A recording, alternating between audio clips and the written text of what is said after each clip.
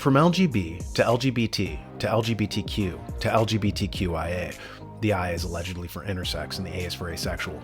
Is it me, or do these letters keep popping up with the frequency of the CDC finding new COVID variants?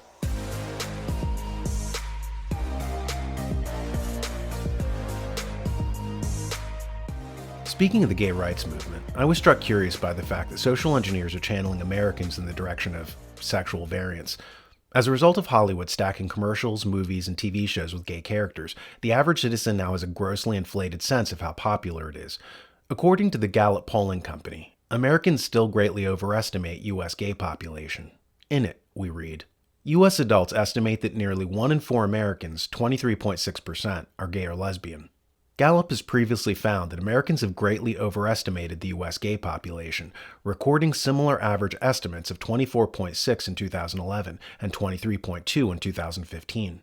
In each of the 3 polls in which Gallup has asked this question, a majority of Americans estimated this population to be 20% or greater. It adds, Americans estimated the proportion of gay people in the U.S. is more than 5 times Gallup's more encompassing 2017 estimate that 4.5% of Americans are LGBT, based on respondents' self-identification as being lesbian, gay, bisexual, or transgender. Back in the 1950s, sex researcher Alfred Kinsey promoted the notion that 10% of Americans were gay.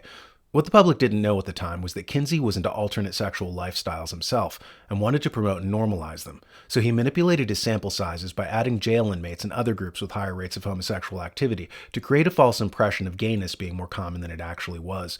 So while the real rate at the time was about 1%, Kinsey erroneously claimed that it was 10%.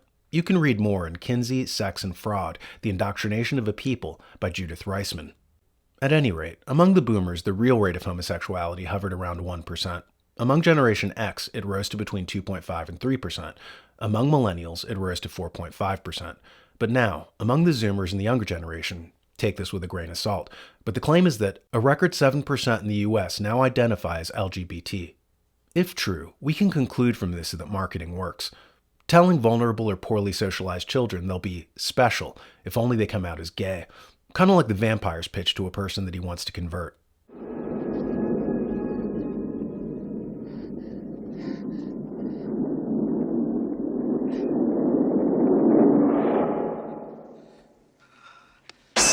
Hello, Edward. You don't have to be afraid of me. I know what it's like being different. Only they won't pick on you anymore. Or beat you up. I'll see to that. All you have to do is take my hand. Here, Edward. Take my hand.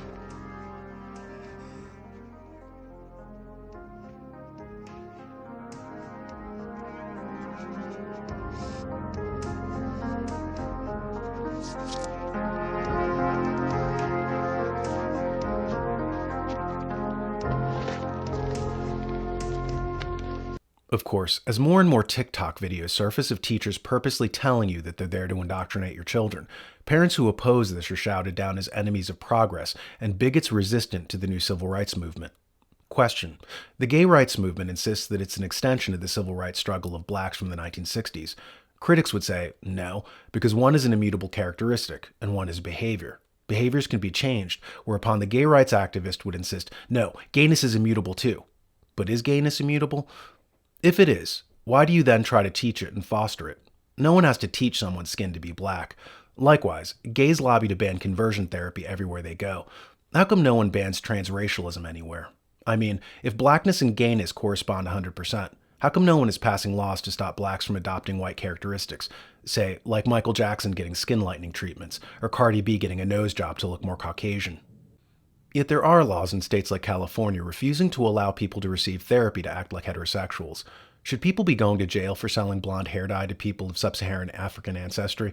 If not, then why would psychologists be arrested for helping sexually confused people get treatment to help them embrace a heterosexual identity? Why the disparity?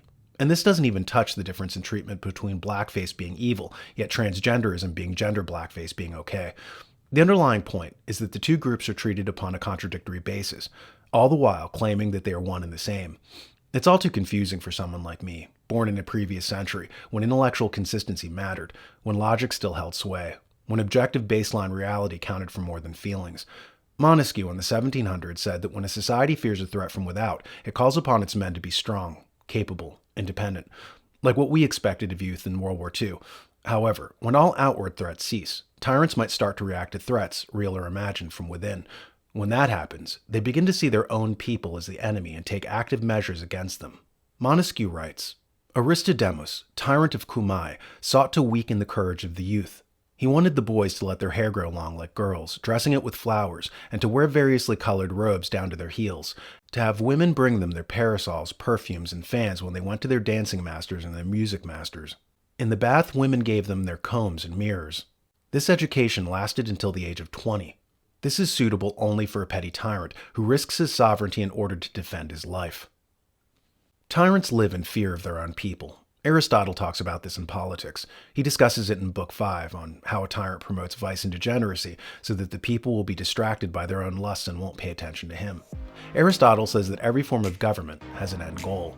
The end goal of a republic, he says, is the promotion of virtue among the people. The end goal of a tyranny is the power of the despot, who, to achieve this, relies on making a weak, mentally enfeebled, and vice-ridden population. If you haven't already, head to thenewamerican.com and subscribe to our print magazine published twice a month and daily online. It's the essential news source for freedom-loving Americans.